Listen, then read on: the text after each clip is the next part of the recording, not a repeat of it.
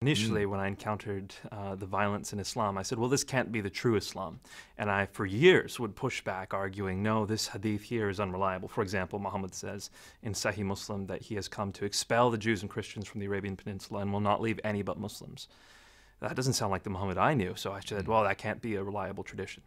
And then another tradition from Sahih Bukhari, which says, I have been ordered to fight people until they testify that there is no God but Allah, and only then will their lives and their property be saved from me. And this is from the most reliable collection of hadith, Sahih Bukhari. And so I said, no, that can't be reliable either.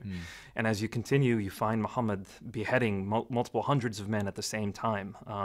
You see him distributing those men's wives and children into slavery. You see him torturing people for money. You see him all these atrocities within Muhammad's life, and not always in defensive battles by any means, offensively as well. And so, after trying to dismiss many of these traditions, I said, well, let me piece together what's going on here, because if I dismiss all of these violent traditions, then I am basically dismissing the foundations of Islam. This is where I get my picture of Muhammad from. So looking just at the sources, what is the story? How do I reconstruct what Muhammad's life is like? And what you find when you do that, because there certainly are peaceful passages in the Quran, we can't ignore that. Like chapter 2, verse 256 of the Quran, which says there's no compulsion in religion. And those are often the ones that are quoted in those response are often to, the ones, to people. Chapter 109, which says, those of you who disbelieve, believe whatever you want and let us believe what we want. Fairly peaceful. One of the ones that's I can't say this without laughing a bit, but so abused is chapter 5, verse 32 of the Quran, which says, if you kill one person, it says if you kill all of mankind. And if you save a life, it says if you save all of mankind.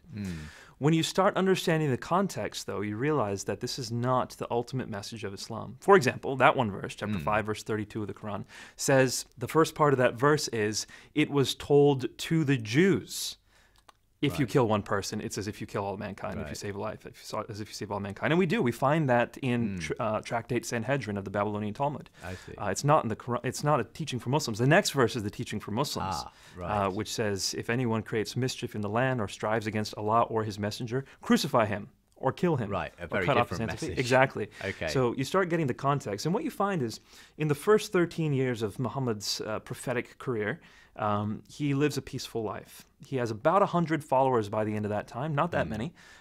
Certainly doesn't have a fighting force. Most of these people are of humble means, and he doesn't fight during that time.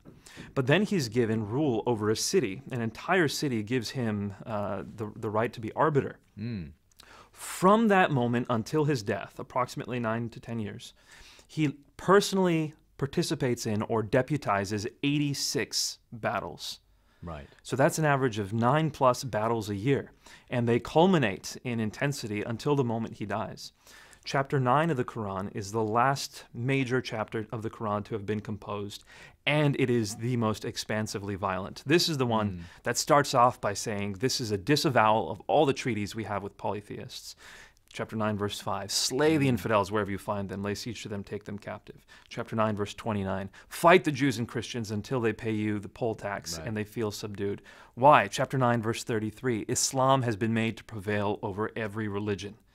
So, I mean, chapter 9 is the most violent. It's the culmination of the Islamic message. It's the marching orders that Muhammad leaves Muslims with, which is why when he dies, Muslims conquer 1/3 of the known world within 150 years. Right. These were the messages. By the sword. Well, it's complex. Once again, they would tell places, if you do not convert, then you have the option to pay a tax, and if you don't pay that tax, then we will fight you. The jizya. Exactly. Yeah. So it was expanding into territory. The first option people were given was conversion. The second option was paying a tax, and if that didn't happen, then it was by the sword. And do you basically see this as effectively the modus operandi of groups like ISIS today? Well, this has been the classical understanding of Islam up until the fall of the Ottoman Empire. No Muslim really ever had qualms with it. It's what it was, and this is the means through which Allah had given Muslims dominance around the world.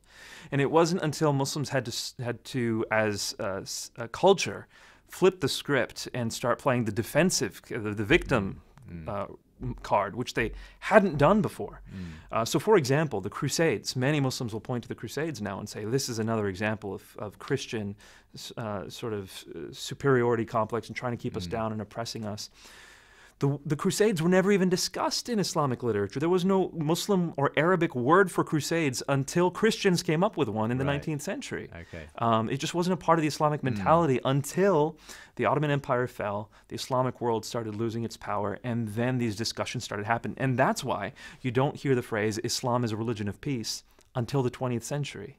That simply wasn't a phrase. It was never said. It was never thought. That wasn't the way Muslims had thought up until that time. Tune in to The Profile Interview in association with Christianity Magazine every Saturday at 4 p.m. only on Premier Christian Radio, where faith comes to life.